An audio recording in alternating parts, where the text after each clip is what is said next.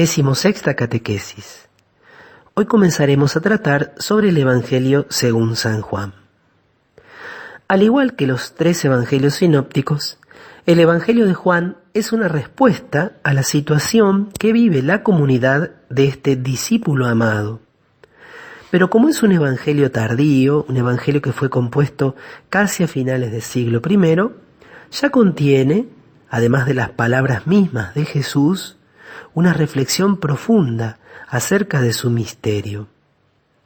Los que se encuentran con Jesús y lo aceptan van descubriendo progresivamente la hondura de este misterio mediante la fe, y los que lo rechazan terminan en la oscuridad o ceguera de su pecado. Todos los signos y milagros que se relatan en este evangelio están orientados a descubrir algo de la insondable riqueza de Jesús. Este evangelio, de manera más explícita que los otros 3, contiene una verdadera cristología, una doctrina sobre Jesús y sobre todo revelan plenamente su divinidad. Por eso, cada discurso que va a seguir a los milagros, a los signos de Jesús, tiene este carácter teológico, llevando a una profundísima reflexión sobre quién es Jesús y cuál es su misión. De hecho, en la iconografía clásica se va a representar al evangelista Juan como un águila, ya que el águila es el ave que más altura consigue, al igual que el Evangelio de Juan se elevó por encima de todos los demás hasta los secretos de la divinidad. Bueno, ¿quién es el autor de este Evangelio? A lo largo de todo el Evangelio aparece varias veces mencionado uno de los discípulos como el discípulo amado. Aparece en los momentos clave, aparece en la hora de Jesús, allí en la última cena, aparece sobre todo junto a la cruz, y a este discípulo amado se le confía a María como madre. Y este discípulo amado dice que es el que vio y atestigua cuando Jesús, el soldado, le atraviesa el costado con la lanza. Este mismo discípulo amado es el que da testimonio de las obras de Cristo. Así termina el Evangelio de Juan, luego de que Pedro le pregunta a Jesús qué va a suceder con el discípulo amado.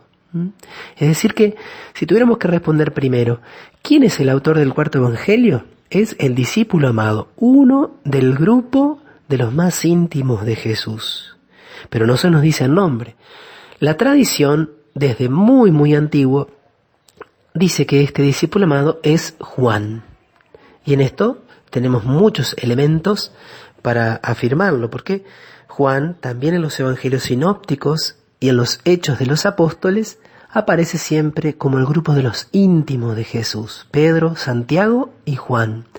Entonces el autor del 4º Evangelio es el hijo de Zebedeo, hermano de Santiago, es Juan, uno de los 12 apóstoles, probablemente el más joven de todos, y por eso es el que sobrevivió más años a la muerte y a la resurrección de Jesús, y por eso su evangelio puede ubicarse casi ya al final del siglo I. Este evangelista Juan es uno de los íntimos de Jesús y por eso transcribe principalmente lo que él mismo vio y oyó. El Evangelio está compuesto por sus propios recuerdos sobre Jesús. Está compuesto por aquellas experiencias que él vivió y por eso mismo tiene un gran valor. De hecho, hubo momentos entre los estudiosos del Evangelio de Juan donde se negaba la historicidad, donde se decía, no, este es un evangelio compuesto que no tiene raíz histórica, sino que todo es simbólico, todo es doctrinal, todo es teológico.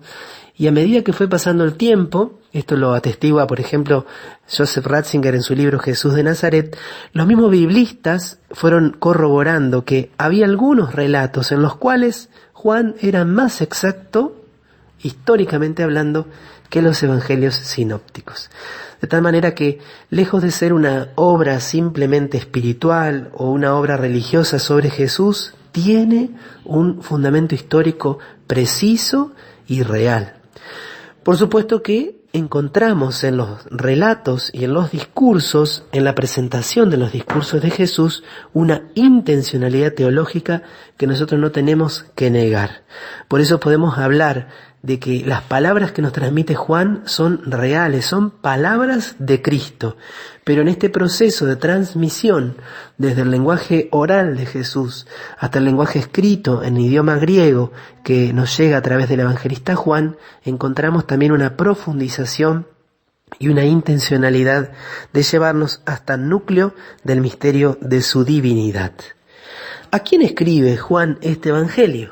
Bueno, probablemente no sabemos con exactitud porque él no nos dice cuál es el destinatario, pero probablemente le escribe a una comunidad que al final del siglo I, por un lado, sufre de divisiones a su interior. Había grupos dentro de esa comunidad que no aceptaban la superioridad de Jesús sobre Juan Bautista, y otros grupos no aceptaban la divinidad de Jesús. Vemos como a fines del siglo I ya se van presentando las distintas herejías, los distintos movimientos heréticos que luego van a manifestarse en toda la Iglesia. Así, por ejemplo, había algunos, y esto lo vemos en la primera carta de Juan, que no aceptaban la verdadera encarnación. Otros no aceptaban la divinidad. Y otros todavía seguían al Bautista. No aceptaban que era Cristo el verdadero Mesías, el Salvador, el Hijo de Dios. Y externamente esta comunidad experimentaba el rechazo y la persecución, tanto por parte de los judíos como por parte del Imperio Romano.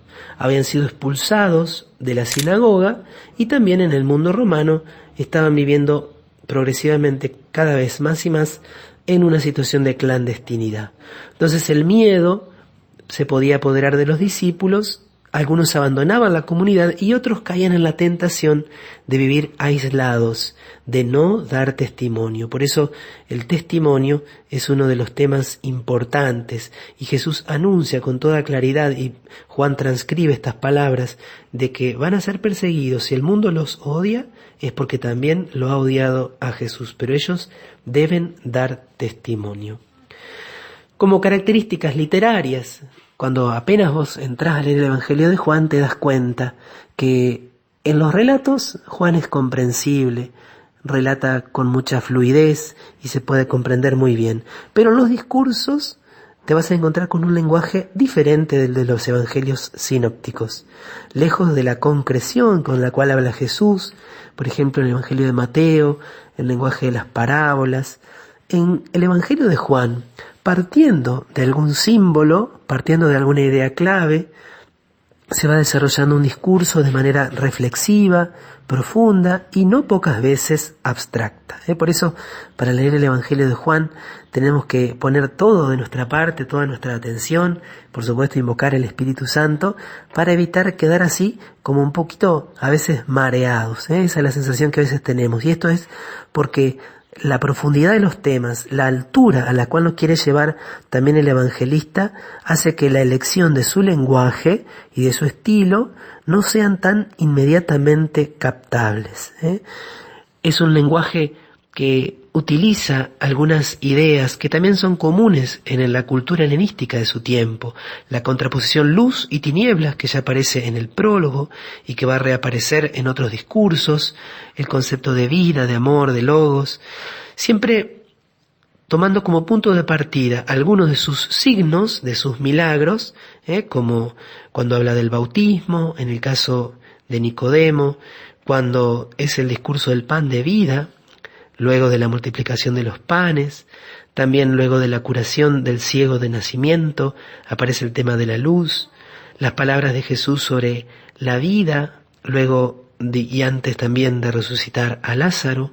Cada uno de sus discursos, o casi en cada uno de sus discursos, hay una referencia y una profundización de un signo que se ha hecho. Y en el fondo, cada uno de estos signos y cada uno de estos conceptos nos habla del mismo Cristo. Por último, como característica literaria, Juan utiliza mucho el diálogo. Jesús aparece dialogando con Nicodemo, con la samaritana, con los judíos, con el ciego de nacimiento y también en la última cena con cada uno o con varios de los apóstoles que intervienen haciéndole preguntas.